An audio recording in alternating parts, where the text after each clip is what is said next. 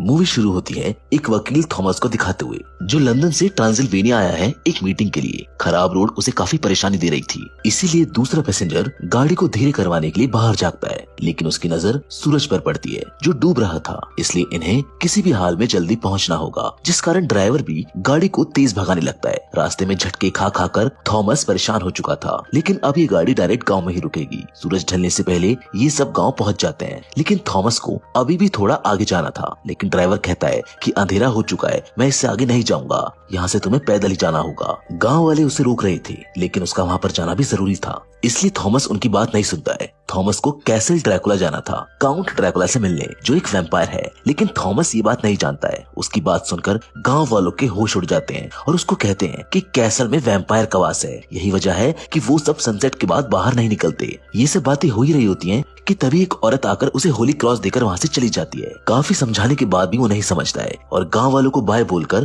पैदल ही गांव से निकलकर चला जाता है। जल्द ही थॉमस कैसल पहुंच जाता है, लेकिन ये जगह उसे कहीं से भी मीटिंग प्लेस नहीं लग रही थी। उसके आते ही गेट अपने आप खुल जाता है और पूरे कैसल में जमी हुई धूल और मकड़ी के जाले बता रहे थे कि ये जगह सालों से नहीं खुली है। इसके अंदर आते ही दरवाजा भी अपने आप बंद हो जाता है। तभी एक आदमी आता है जिसकी परछाई थॉमस पर झपटने वाली होती है, लेकिन वो आदमी उसे रोक देता है। ये है काउंट ड्रैकुला। ड्रैकुला एक लाइन बोलता है, चिल्ड्रन ऑफ द नाइट, और फिर वो अपने विग को उतार देता है। इसने थॉमस को यहाँ पर एक प्रॉपर्टी खरीदने के लिए बुलाया है जो इंग्लैंड में है। थॉमस उसके पेपर लेकर आया था, जिसकी कॉपी वो ड्रैकुला को दे देता है। अब ड्रैकुला उसका ओनर बन गया है और यही वजह है कि वो लोग थॉमस को सेफ रखना चाहते हैं। लेकिन तभी थॉमस को एक खरोच लग जाती है।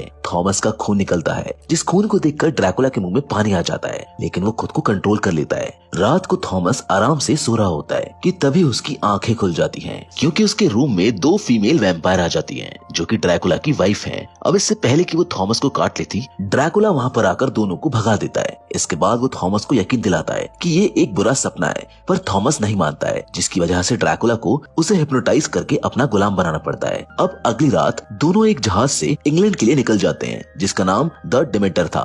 ड्रैकुला अपने कॉफिन में था, क्योंकि वैम्पायर्स ऐसे ट्रैवल करते हैं, लेकिन थॉमस ने कॉफिन को नहीं बांधा था, जिससे समुद्र की लहरें इस ताबूत को अच्छी तरह झुला रही थी और अंदर ड्रैकुला की हालत खराब थी। थॉमस उसे रोकने की कोशिश करता है, लेकिन लहरों के कारण वो खुद भी उसके साथ साथ झूलने लगता है और किसी तरह से वो कॉफिन को बांध देता है। लेकिन तब तक ड्रैकुला की हवा टाइट हो चुकी थी। ड्रैकुला को भूख लगी थी, इसलिए उसने शिप के क्रू मेंबर को मारकर उनका खून पी लिया था। और जब शिप लंदन पहुंचता है, तब पागल थॉमस डेड बॉडी के साथ वहाँ पर मौजूद होता है, क्योंकि ड्रैकुला तो चमगादड़ बन के उड़ जाता है और इन सब मर्डर्स का इल्जाम थॉमस पर आ जाता है और इसीलिए उसे एक पागल खाने में डाल दिया जाता है। ड्रैकुला तो पहुंच गया है अपने घर, जहाँ पर वो अपने नए पड़ोसियों से मिलने जाता है। वहाँ पर डॉक्टर सेवर्ड, जो उसी पागल खाने के हेड हैं जिसमें थॉमस बंद है, उसकी बेटी मीना, डॉक्टर सेवर्ड का असिस्टेंट और मीना का मंगेतर जॉनथन और उनकी फैमिली फ्रेंड लूसी, यहाँ सब आपस में बातें कर रहे होते हैं। और पहली ही मुलाकात में ड्रैकुला को लूसी भा जाती है, जबकि दूसरी ओर लूसी का भी यही हाल था।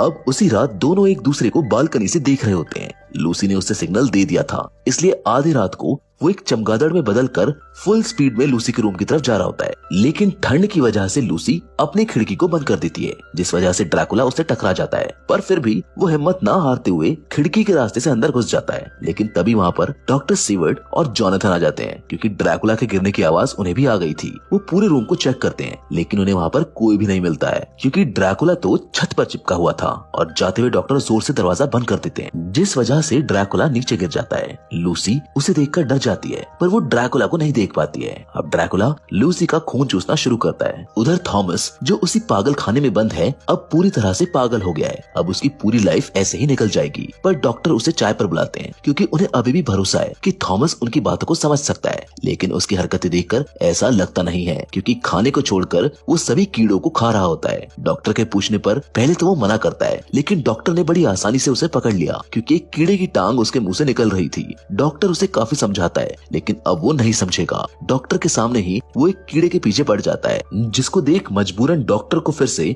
उसे एक बार पागल खाने में बंद करना पड़ता है। इधर लूसी की हालत खराब थी, क्योंकि ड्रैकुला ने उसका आधा खून चूस लिया था। लेकिन इनमें से कोई भी ये बात नहीं जानता था कि उसके गले पर ड्रैकुला के काटने के निशान भी हैं। लूसी की हालत उनकी समझ से बाहर थी, इसलिए डॉक्टर ने प्रोफेसर वेन हेल्सिंग को अपने पास बुला लिया था, क्योंकि वो इस तरह के केसेस में एक्सपर्ट है।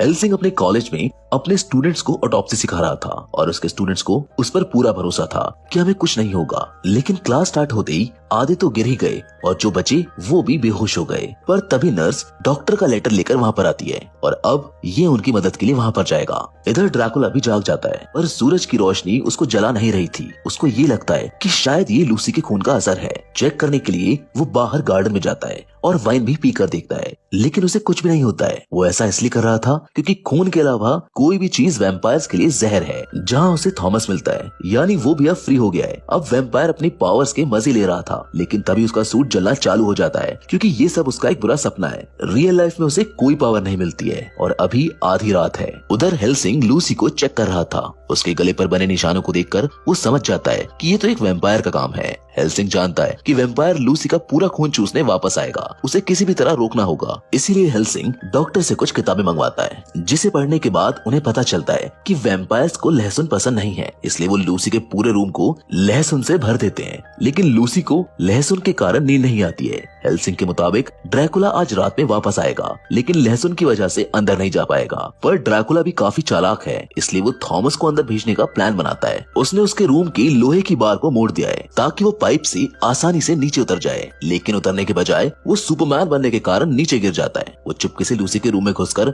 सभी लहसुन हटा देता है, लेकिन लहसुन से हटकर उसका ध्यान लूसी पर चला जाता है और वो ताका झाकी का कार्यक्रम शुरू कर देता है, जिससे लूसी जाग जाती है और दोनों एक दूसरे को देखकर चिल्लाने लगते हैं। शोर सुनकर बाकी सब भी अंदर आ जाते हैं, जहाँ थॉमस फिर से पकड़ा जाता है। वो सब उसे वापस पागल खाने भेज देते हैं, पर ड्रैकुला अभी भी बाहर खड़े होकर कुछ सोच रहा होता है। खिड़की दरवाजे बंद करके सब वापस चले जाते हैं और लूसी भी आराम से सो जाती है। पर इस बार ड्रैकुला खिड़की के बाहर खड़े होकर अपना हिप्नोटिज्म लूसी के ऊपर चलाता है, जिससे लूसी खुद ब खुद उसके पास आ जाती है और बड़ी शांति से उसे अपना खून पीने देती है। पर तभी मीना बाहर आ जाती है, जो उसको देखकर चिल्लाती है, जिसके बाद बाकी सब भी बाहर आते हैं। लेकिन अब कोई भी फायदा नहीं है क्योंकि लूसी मर चुकी है। अगले दिन लूसी का फ्यूनरल होता है, लेकिन हेल्सिंग को अब भी चिंता थी कि कहीं लूसी भी वैम्पायर न बन जाए। इसलिए वो एक वुडन लॉक उसके दिल में घुसाना चाहता था ताकि वो वैम्पायर ना बने, लेकिन डॉक्टर उसके लिए तैयार नहीं होता है। वो बोलता है कि इतने बड़े इंग्लैंड में भला कौन वैम्पायर हो सकता है, और इतना कहते ही ड्रैकुला वहाँ पर पहुंच जाता है। हेल्सिंग को ड्रैकुला पर शक होता है, उन्होंने एक दूसरे का नाम पहले सुना है। हेल्सिंग उससे पूछता है कि क्या तुम ब्लैक टिप्स के वंशज हो। इस बात पर दोनों में काफी तगड़ी बहस चलती है, लेकिन कुछ देर बाद ड्रैकुला वहाँ से चला जाता है और जब बहस होती है तो हेल्सिंग जान जाता है कि ये वही वैम्पायर है जिसने लूसी का खून चूसा था, क्योंकि जब से ये सामने वाले घर में शिफ्ट हुआ है तब से ये सारी चीजें हो रही हैं। लेकिन हेल्सिंग कंफर्म नहीं था। उधर लूसी का केयर टेकर उसके ताबूत के पास बैठकर अपना गम भुला रहा था। तभी उसे कॉफिन से लूसी की आवाज सुनाई देती है। वो मदद के लिए चिल्ला रही होती है, लेकिन ये तो उसकी एक चाल है क्योंकि वो भी एक वैम्पायर बन चुकी थी। पर फिर भी वो आदमी जल्दी से ताबूत खोलकर देखता है, जहाँ पर लूसी सही सलामत लेटी होती है। वो उसकी मदद करने की कोशिश करता है। बदले में लूसी उसे एक लव बाइट देती है, पर उसका केयर टेकर उसकी लव बाइट को सहन नहीं कर पाता है, जिससे वो मारा जाता है। और कुछ देर बाद हेल्सिंग भी वहाँ पहुँच जाता है, जहाँ पर उसे केयर टेकर की लाश मिल जाती है, जिसको देखकर वो कंफर्म हो जाता है कि लूसी अब वैम्पायर बन गई है। उधर जोनाथन भी इस बारे में सोच रहा था कि शायद हेल्सिंग सही हो, इसलिए उसे एक बार चेक करना पड़ेगा। वो डॉक्टर से परमिशन लेकर वहाँ के लिए निकल जाता है और वहाँ पहुँचते ही लूसी उसे मिल जाती है, जो उसे फंसाने का ट्राई करती है, लेकिन वो नहीं फंसता है, जिस कारण लूसी जबरदस्ती करने लगती है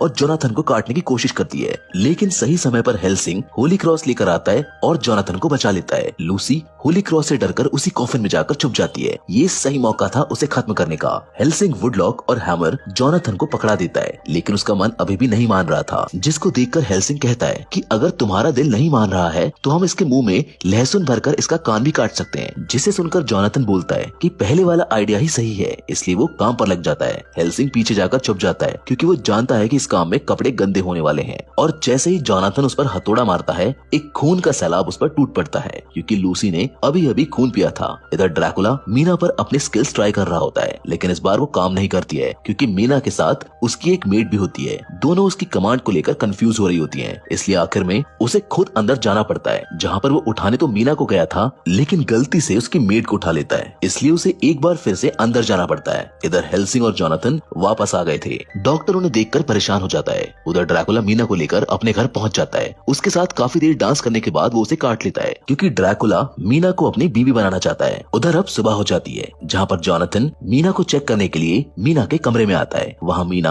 और उसकी सोती हुई मेड दोनों थी। मीना अपनी मेड को वहाँ से भेज देती है, क्योंकि उसे कुछ जरूरी काम करना था। अब वो जोनाथन को काफी उकसाने की कोशिश करती है, लेकिन जोनाथन नहीं मानता है। वो ट्राई करती रहती है, और इतने में वहाँ पर डॉक्टर आ जाता है, जिसे देखकर मीना एकदम पार्टी बदल लेती है और देखने से ऐसा लगता है जैसे जॉनथन उससे जबरदस्ती कर रहा था। डॉक्टर जॉनथन पर काफी गुस्सा करता है। तभी हेल्सिंग वहाँ पर आ जाता है। जॉनथन उसको बताता है कि मीना में कुछ तो गड़बड़ है, मानो वो किसी के वश में हो। इसे सुनते ही हेल्सिंग सब कुछ समझ जाता है और मीना का दुपट्टा हटा कर देखता है। वहाँ उसके गले में वैम्पायर के बाइट के निशान थे, जिससे सब कुछ क्लियर हो गया। मीना बहाने बनाने लगती है, पर हेल्सिंग सब जानता है। वो एक होली क्रॉस उसके हाथ पर रख देता है, जिससे मीना तुरंत ही बेहोश हो जाती है। साथ ही उसके हाथ की स्किन भी जल जाती है, मतलब कि वो भी एक वैम्पायर का शिकार है। उन्हें अब जल्द से जल्द वैम्पायर को ढूंढना पड़ेगा, वरना वो लोग मीना को भी खो देंगे। इसलिए हेल्सिंग का पहला शक ड्रैकुला के ऊपर जाता है, लेकिन उनके पास कोई पुख्ता सबूत नहीं थे। इसलिए हेल्सिंग एक रास्ता निकालता है और अगली रात वो काफी शानदार पार्टी रखते हैं। उस पार्टी में हर कोई इनवाइटेड था, जहाँ पर थॉमस भी था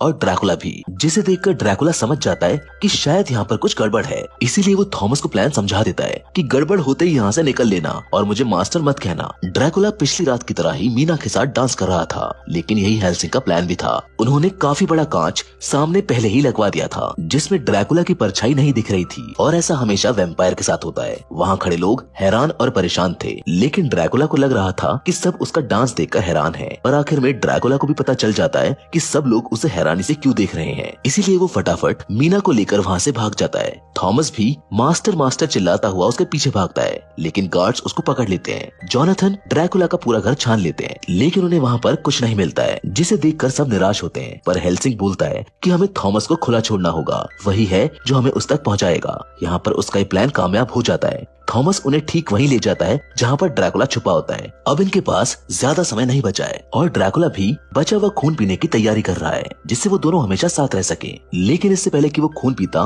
वो तीनों दरवाजा तोड़कर वहाँ आ जाते हैं, जहाँ उन तीनों के बीच में काफी घमासान लड़ाई चलती है। लेकिन हर तरफ से ड्रैकुला उन पर भारी था। आखिरी में वो लगभग जॉनथन को मारने ही वाला था कि तभी खिड़की से जरा सी धूप अंदर आने लगती है, जिसका फायदा हेल्सिंग ने अच्छे से लिया ड्रैकुला को पीछे हटाने में। अब ड्रैकुला के पास कोई भी दूसरा रास्ता नहीं बचा था, इसलिए वो चमगादड़ बनकर ऊपर छत में चिपक जाता है। लेकिन इसको देखकर ये तीनों चिंता में आ जाते हैं। पर चिंता की क्या बात जब थॉमस हो मास्टर के साथ। थॉमस छत पर ही बैठा होता है, जो अपने मास्टर की हेल्प करने के लिए थोड़ी सी छत खोल देता है, जिससे पूरी धूप अंदर आ जाती है और ड्रैकुला जलकर भस्म हो जाता है। उसके जाते ही मीना को भी होश आ जाता है, क्योंकि वो अब ड्रैकुला के कंट्रोल से बाहर आ गई है और एकदम ठीक है। जॉनथन उसे उठाकर वापस ले जाता है, लेकिन थॉमस अभी भी दुखी था, क्योंकि उसका मास्टर मारा गया। वो उसकी राख को वापस से कॉफिन में डाल देता है, शायद उसी से उसकी आत्मा को शांति मिल जाए। ये सब देखने के बाद डॉक्टर एक बार फिर से उसे समझाने की कोशिश करते हैं कि अब तुम बिल्कुल फ्री हो चुके हो और तुम्हारा कोई भी मालिक नहीं है। पर देखने से अभी भी ऐसा महसूस ही नहीं होता है